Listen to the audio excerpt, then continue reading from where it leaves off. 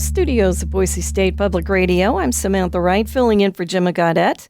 This is Idaho Matters, and it's Friday, which means it's time for our Reporter Roundtable. That's when we get you up to date on all the news that made headlines this week.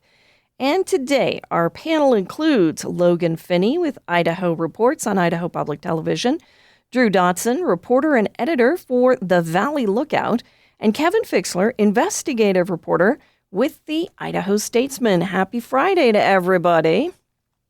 Happy Friday. Yay, we did.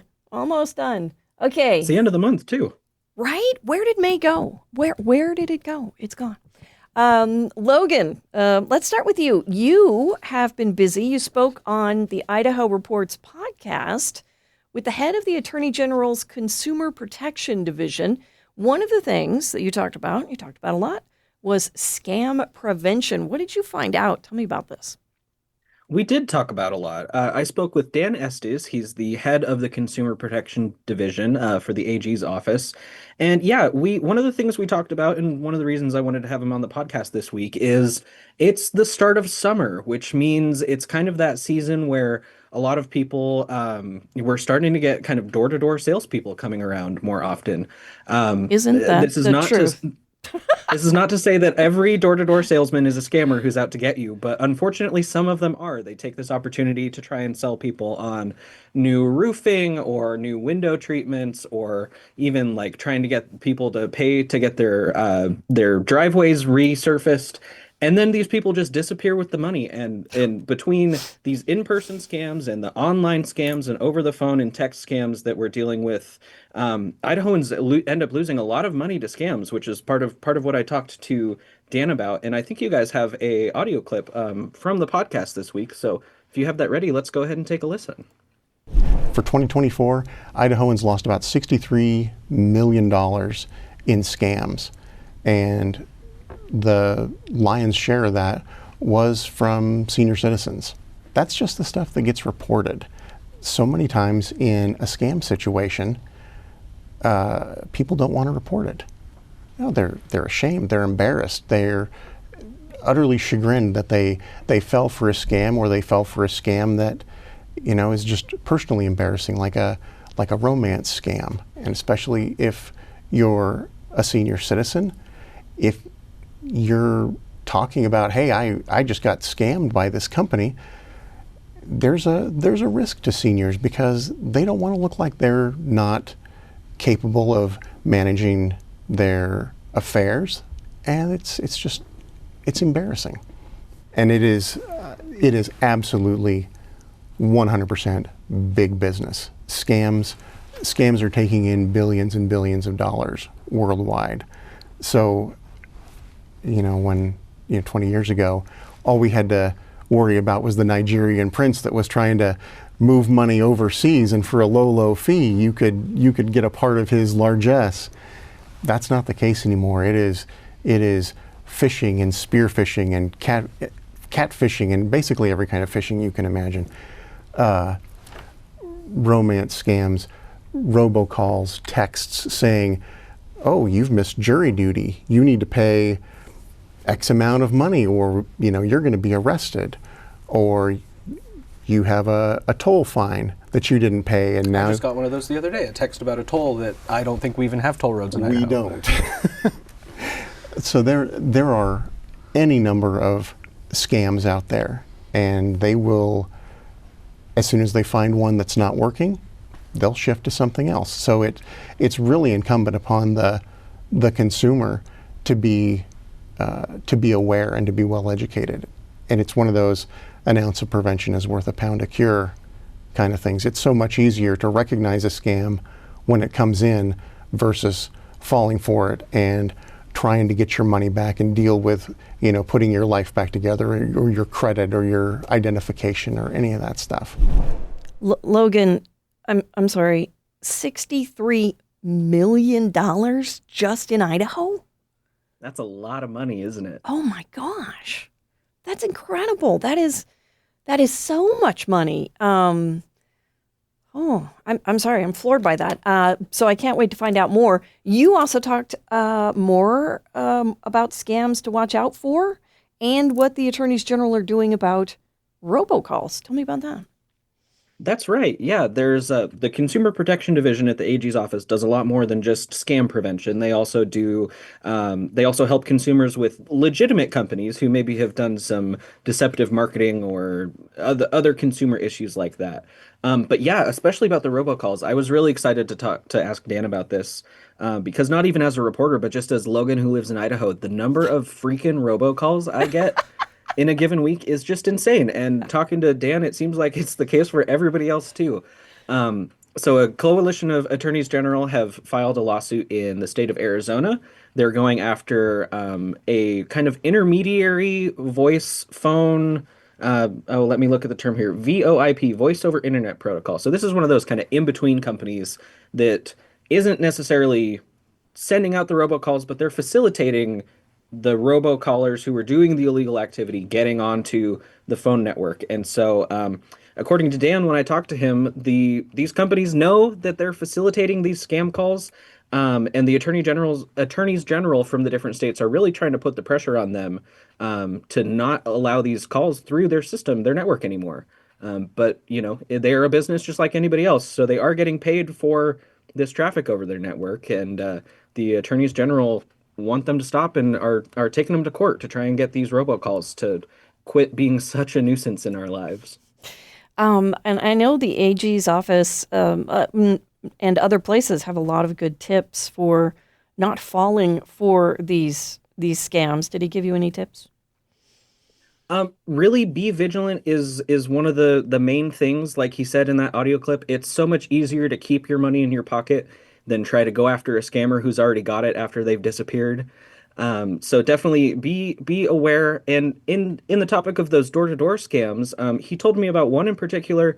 There was an instance, I think he said it was over in Eastern Idaho, where someone was representing themselves as doing a free energy audit that was paid for by the government to make sure your appliances are up to date. And this is not an actual program. Apparently, this was just this person's pretext for getting into this person's house to look around.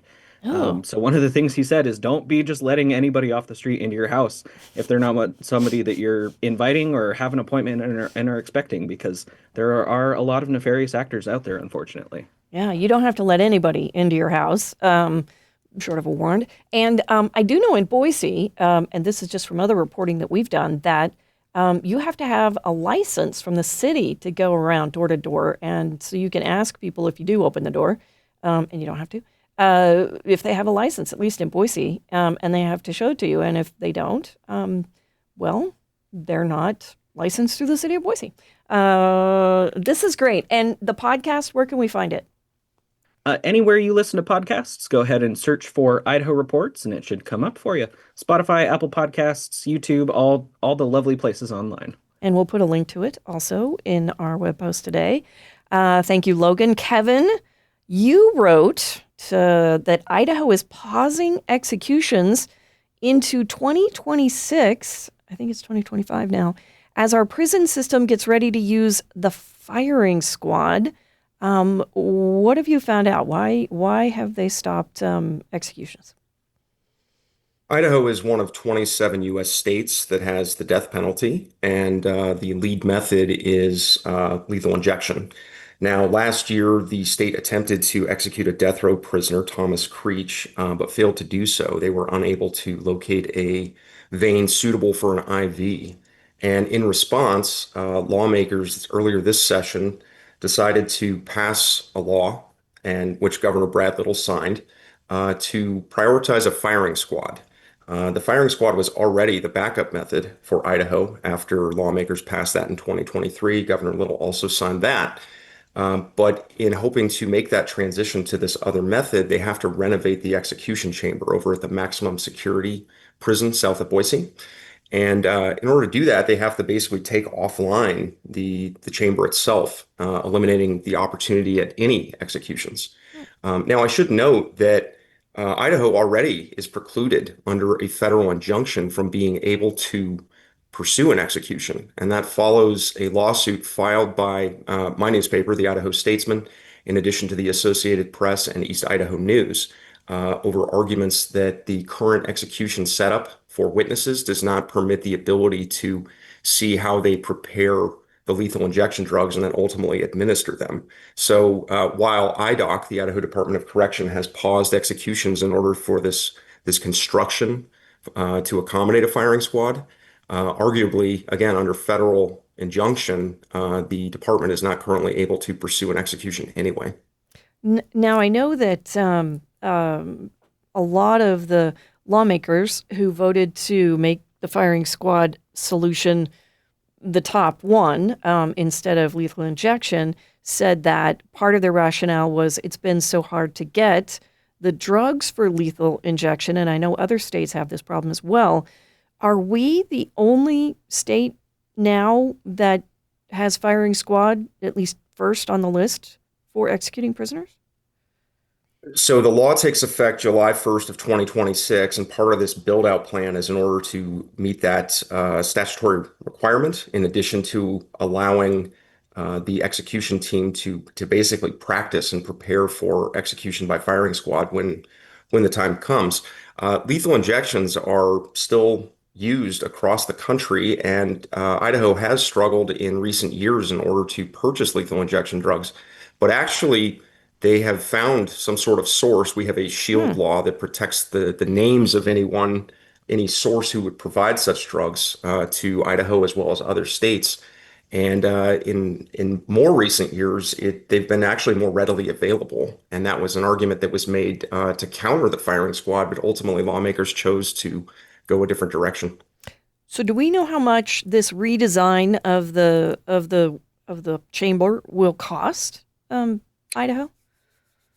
No, we do not. And the Department of Correction committed to getting an update on what the cost figure would be ahead of construction. And yet, on Friday, headed into the holiday weekend, just last week, they issued a press release via only the social media platform X. And they said that they're preparing to start construction, but did not issue any information about the cost.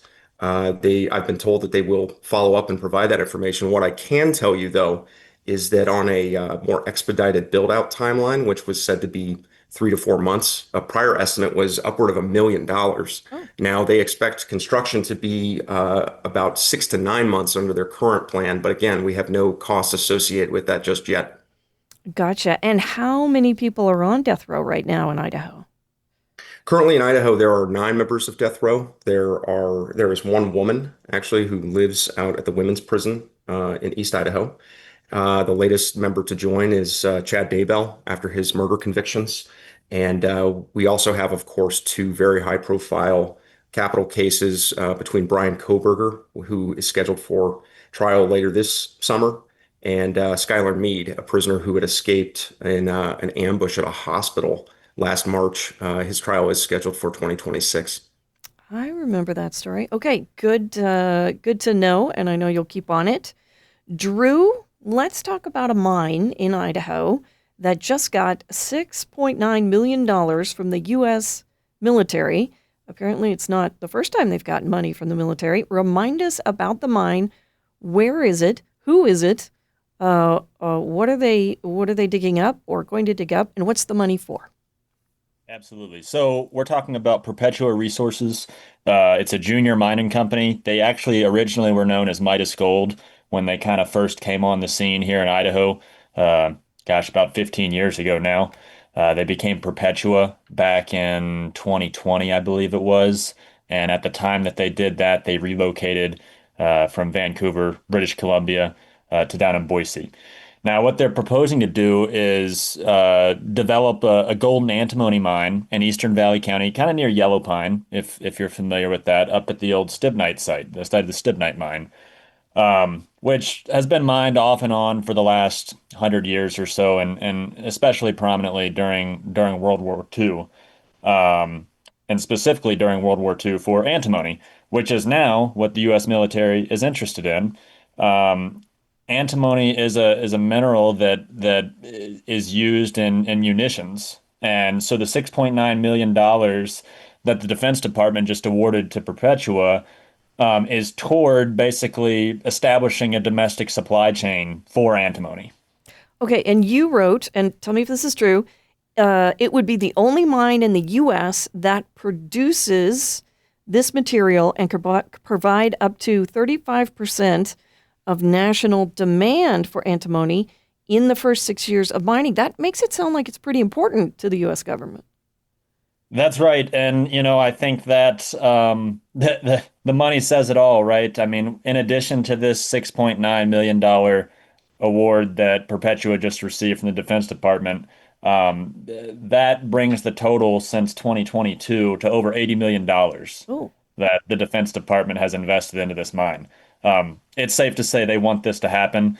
It is somewhat informed by the reality that yes, there are no current mine sources of antimony in the U.S., and in fact, most of the world's antimony supply is controlled by China.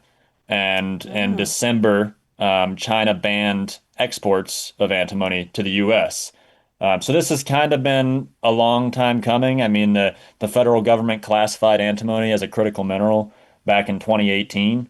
And then since then, I think the federal government's interest has only increased.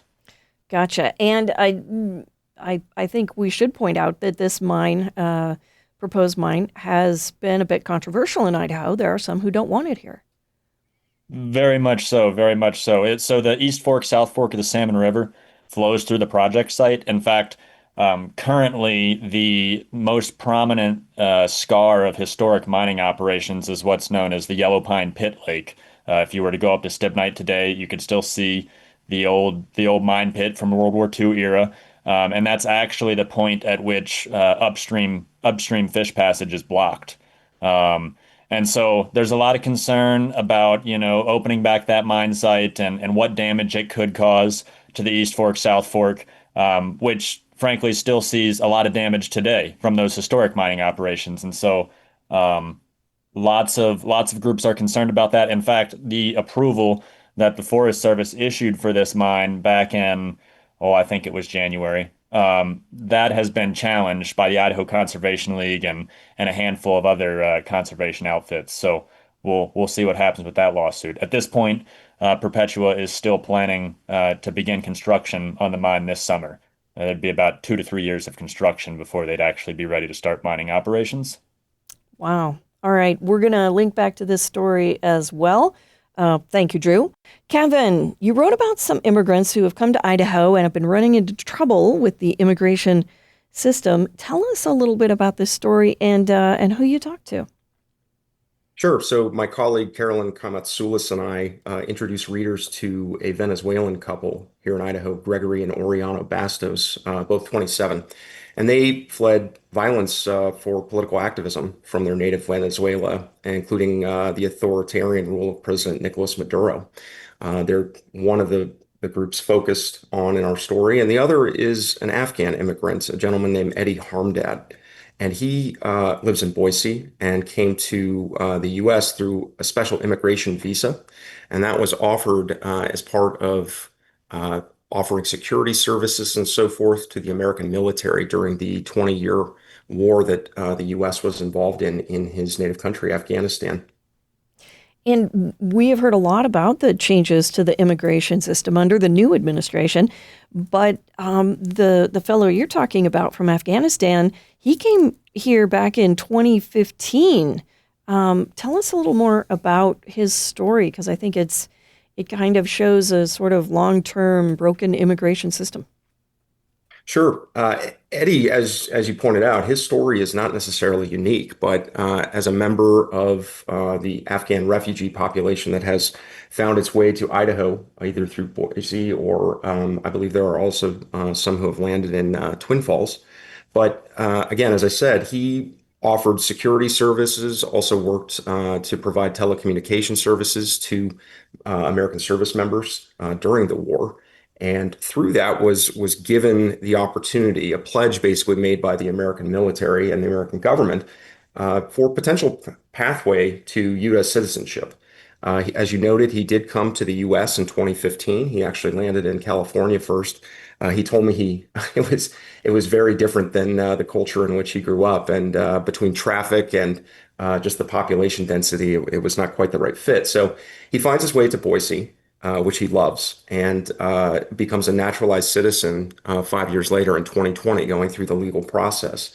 But as part of that pledge for members of the Afghan community who did help the U.S. military, they were also told by the government that they could also sponsor and bring over their immediate family members. Eddie, like many Afghans, including those in Idaho, have really struggled through that patchwork process and really pursuing every avenue possible in order to basically hold the American government to account in ensuring that those pledges are met. Through his naturalization, he was able to eventually sponsor his elderly mother and get her over here legally. He also was able to find a pathway for his sister. His older brother really struggled, however, and it was only just in April, after 4 years, including a lot of petitioning of various government agencies, and also through help through U.S. Senator Crapo's office, in order to finally get a approval for asylum for his brother. And he was overjoyed after 4 years of this process to finally see that come through. That all said, his sister's husband, so Eddie's brother-in-law, remains in Afghanistan and very fearful for his life, because anyone who supported and helped the American military mission over that 20-year period still really faces the potential for retaliation up to death from the Taliban, who have taken back over. Well, it's a very human story. We're gonna put a link to it on our website. Thanks for telling us about it. This is great. Logan, last week the Idaho Supreme Court ruled that state law overruled a local ordinance in eastern Idaho that regulated what kinds of Airbnb vacation rentals are allowed in parts of Lava Hot Springs. Okay, this got a little confusing for me until. I don't blame you. Please break it down. Sure. So as we all know, living here, Idaho is a beautiful place where people come to recreate and come do their summer vacations, and we're a real popular tourist destination. And we've seen, especially over the last decade, 15 years, there's been an explosion in Airbnbs or vacation rentals. Airbnb is kind of a company name, so the catch-all term for it is kind of short-term rentals or vacation rentals. And actually, just a couple weeks ago, we heard from some folks speaking to a legislative interim committee on housing in some of the resort communities in Idaho that really depend on tourism. I'm thinking places like McCall or my hometown of Sandpoint or Lava Hot Springs, where this local ordinance was happening. For some of those resort communities, a third of their housing stock has been converted into these short-term vacation rentals. So these are places where people are coming in and staying for just a little while, and they're not homes that are available for the local workforce, places for people to actually live. So the towns and cities across Idaho have all kind of taken their own little local stabs at it, trying to regulate short-term rentals, in trying to keep the housing market, not as crazy as it could be. But here in Idaho, we are a very Republican, very free market oriented state.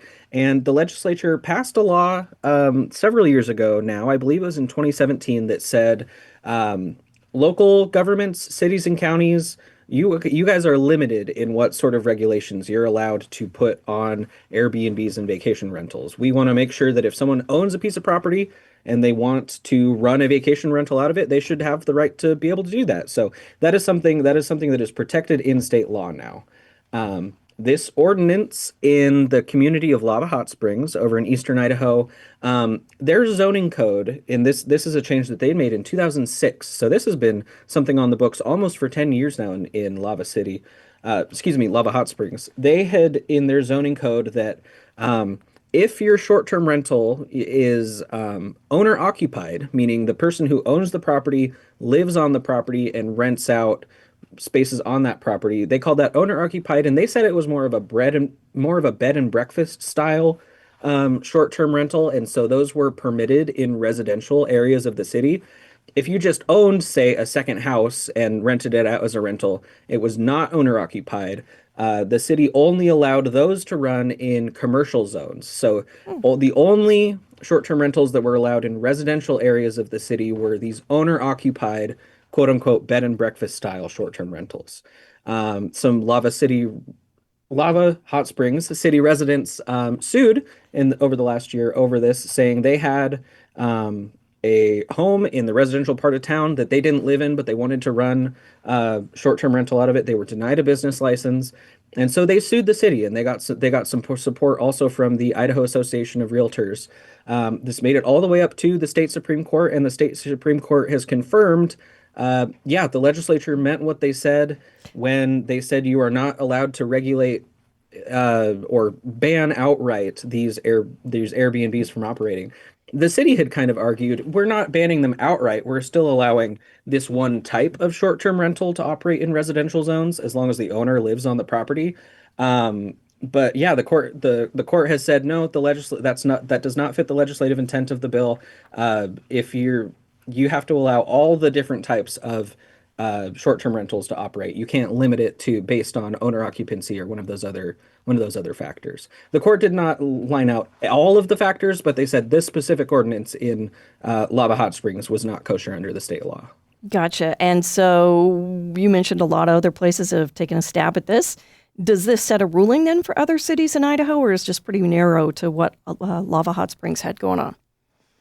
The court has pretty narrowly addressed what was going on in Lava Hot Springs. They're not allowed to enforce this zoning ordinance anymore. But because all of these communities and cities are different and have their own issues, they've taken slightly different methods, I guess we'll say, of trying to do these health and safety regulations, which is what they're allowed to do. The state law allows reasonable regulations for health and safety and wellness concerns. The court, in its opinion, they explicitly said, we're not weighing in on what qualifies as a reasonable regulation, but this isn't it. And so there are other court cases moving through the system right now. There's been some drama or some local contention up in Coeur d'Alene about how they're running their short-term rental ordinance, but I don't know if there's been a lawsuit yet. In McCall, for sure, there is a lawsuit over their short-term rental. So even if those cities don't have the exact same ordinance where it's limiting by like owner occupancy where they can be, this is a really strong precedent from the court that these other people suing other cities could say the court has said the legislative intent here is really strong, and if you're arguing that the city has overstepped, being able to point to this court ruling about Lava Hot Springs is definitely a feather in your cap if you're arguing before a court that the city's not allowed to regulate these things. Wow. Okay. Complicated, but you break it down very well. Thank you, Logan. I guarantee you it'll be back at the legislature next year. We'll have more to talk about. I bet. Yeah, no, it's not going to go away. Drew, you found out about a new study that says McCall is in a good position to stop wildfires from spreading into the city, which sounds like good news. Tell us more about this study. Yeah, so this study was actually quite interesting. My understanding is it's actually the first of its kind done here in Idaho. It's been done in other western states, Colorado, California, some of these other places. But the first one here in Idaho, it's a company called Xyloplan. And essentially what they do is they look at a variety of different factors, including historic weather patterns, and fuels, vegetation, things like that, in tandem with the built environment. And they basically are able to model what would happen if wildfire were ignited in various different locations, based on all of that historic data.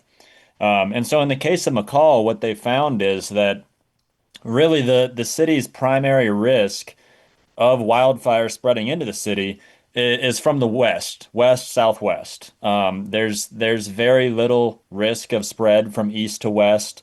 There's really no risk coming from the north, and even straight from the south, there's little to no risk. You're really looking at, if you're going to have a wind-driven fire event, it's probably coming from southwest West McCall.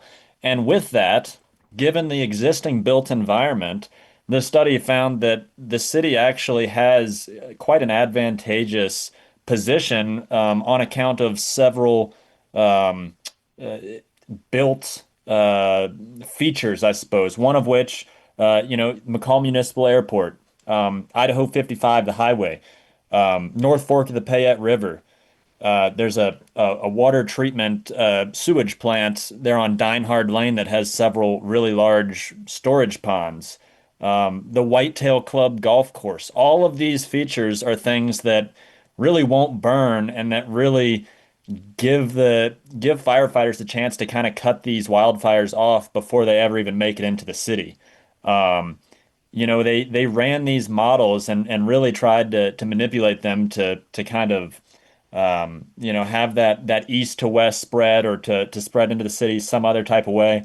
And they really couldn't make it happen. And so what they found is that, with these features that exist, the river, the airport, all that, there's really only a handful of places in which wildfire could realistically spread into the city, which is a great place to be if you're McCall. Well, it's a fascinating study. Definitely check out the story that Drew did. Kevin, you had a couple of stories surrounding the Brian Koberger case. You'll remember he stands accused of killing 4 University of Idaho students. And you dug into a claim by Koberger's defense team that a, quote, majority of death penalty cases are overturned. What did you find out and why were they making the claim?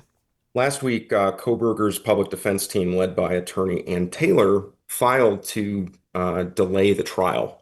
Now, no decision has been made about that, but they basically pinned that to the idea that there's been highly prejudicial publicity, including recently with the airing of a Dateline episode a couple weeks ago. And then also that they basically have insufficient time to prepare for trial, which is scheduled for this summer here in Boise.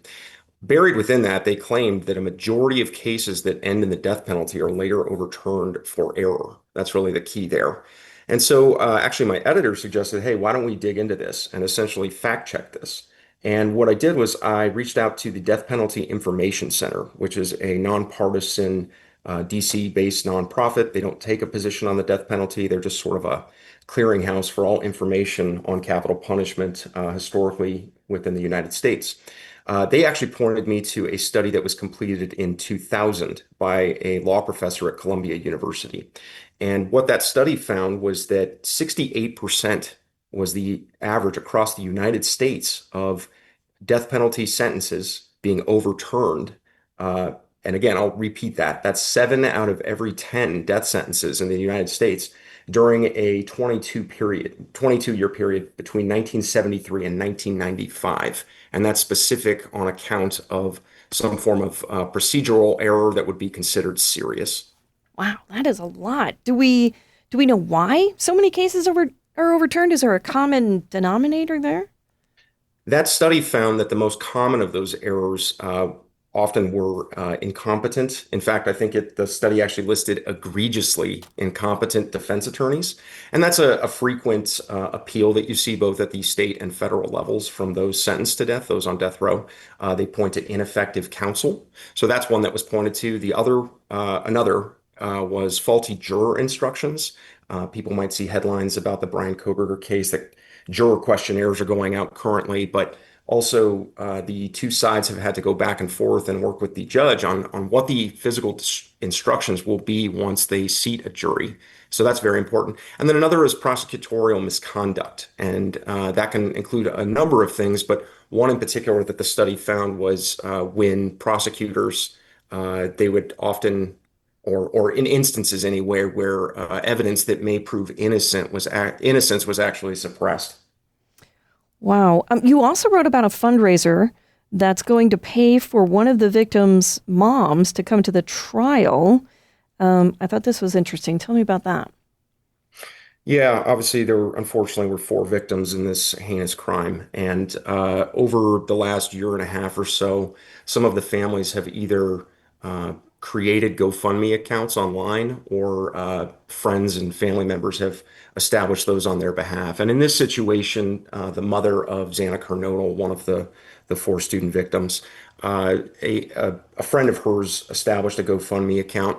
I will tell you that there was really a furor online over this in particular because Xana's mother is somebody who has struggled with some personal challenges, is I guess how I will put that. And I saw a lot of really hateful and disrespectful ways that people spoke about her and whether or not she should be entitled to money or whether or not people should donate to this cause. I should remind people that the Idaho Victims program does not actually provide funding for families who would need to travel for uh, the the trial for in this case Brian Koberger. As we'll recall, this incident happened up in Moscow, about 6 hours north, and several of those families, the victims' families, live up there, and so they need to travel to Boise if they want to attend. And so, again, the state does not provide any sort of funding for that specific purpose for travel, and that's why these families are seeking that kind of money. I checked this morning, and so far, after about a week of being posted, they have now raised more than $25,000 on behalf of Xana Kernodle's mother. And real quickly, when is the trial supposed to happen? Yeah, so as I mentioned, the defense has filed to continue the trial and delay it. But as it stands right now, it is set to start. Jury selection begins July 30th. The first public portion of that is August 4th, and it will be available by August 11th for physical trial through the court's live stream. And that is our current schedule, barring any changes from Judge Hippler on whether or not to delay. Got it. Thank you, Kevin. Drew, what is going on with the ski roof in McCall? First, the building had water skis on it, then it didn't. Now they're back. This is a weird story. You got that right. So first, let's just orient everybody. We're talking about the Lake Town Clothing Company. It's in downtown McCall, right at the corner of First and Lenora Streets, kind of right behind the Manchester Ice and Events Center, if you're familiar with that. Once upon a time, a couple years ago, it was the McCall Pet Outfitters. It became Lake Town, and shortly after it became Lake Town, the owner of the business, Kate Huskinson, he lined the roof line. There's like uh, a wood plank kind of facade roof line that wraps around the building. He lined that with water skis, Oh, and it became immensely popular. People loved it. The only thing was he didn't actually go through the proper channels to do that. He just did it. And so the city came through and told him, yeah, look, you can't do this. And then, following a series of appeals, it eventually landed on the McCall City Council's desk in 2023. And the council was kind of with everybody else that, yes, this is great. This is something that adds character to the downtown. This is what we want, but it doesn't actually meet the city's zoning codes. The design standards require, and I quote, natural exterior materials that tend toward earthy, warm hues and do not include harshly contrasted color combinations. I don't know if you've seen water skis before, but they're kind of the polar opposite of that. And so the skis came down 17 months ago after the city council heard the appeals and everything. But at that time, the council said, hey, we'd like to look into these codes and see if we can change them because this is, in fact, what we want. In fact, the city's comprehensive plan even says, we want a vibrant downtown. And one of the council members remarked that, we're saying one thing and doing the opposite. And so the skis were down. Nothing happened over the last 17 months until late last week. Cade Huskinson, the owner of the business, decided, you know what? I'm going to put them back up. He's calling it temporary art. And we'll see where that goes. He plans to take them down at the end of the summer. I'm told the city is crafting a response. They'll have something to say about this. We don't know what yet, but that's where we currently are. wow. Sounds like a little bit of a provocative move, to say the least. And as you said, we're waiting to see what the city's going to say. Yeah, I would anticipate. Well, I don't know what to anticipate. It's kind of a political hot potato for the city because these water skis are widely supported during the appeal process. I mean, there were hundreds of public comments in favor of keeping these water skis. The only other issue that comes to mind for me that has seen that level of public involvement and certainly public support was a handful of years ago when there was discussion about what to do about the town herd of deer in McCall. So this issue it really it inspired a lot of people to get involved and weigh in on something that they feel is a great addition to downtown McCall. Drew, why is the Department of Environmental Quality pulling an off-road vehicle out of Payette Lake? You have about 4 minutes to explain this to me because we have an update on it as well. So give me the background. We sure do. So on January 25th, this was during a period of high pressure, really cold temperatures in the McCall area and very clear. And at that time, the lake, Payette Lake, froze over. It had, just a clear sheet of ice over it, and people were flocking to the lake, ice skating, pond hockey, you name it. Well, at the same time as that happened, um, some folks drove actually two UTVs out onto the ice. Um, One of the UTVs broke through Oh, and sank. okay. The two men in the UTV were able to escape, but obviously the UTV is somewhere on the bottom of Payette Lake. It was established shortly thereafter that, it's going to have to be removed. And that's at the expense of the owner of the UTV. And so finally, this week, that effort began. The owner hired a dive outfit out of Boise, Mountain West Commercial Diving, and they hit the water this week. Monday, Tuesday, and Wednesday, they searched and they searched and they searched, and they could not find the UTV. They used sonar. They sent physical divers down into the water. They had a remote operated vehicle that is essentially like an underwater drone. They sent that down there, and we're looking for this UTV at the point that it broke through the ice, and they found nothing. They found no trace. They found no marks on the lake bed that would indicate it was there. And so at this point, it's a mystery where this UTV is gone. DEQ is kind of punting on this for now, and they're getting a report from the dive team. They're going to review that next week and figure out what comes next.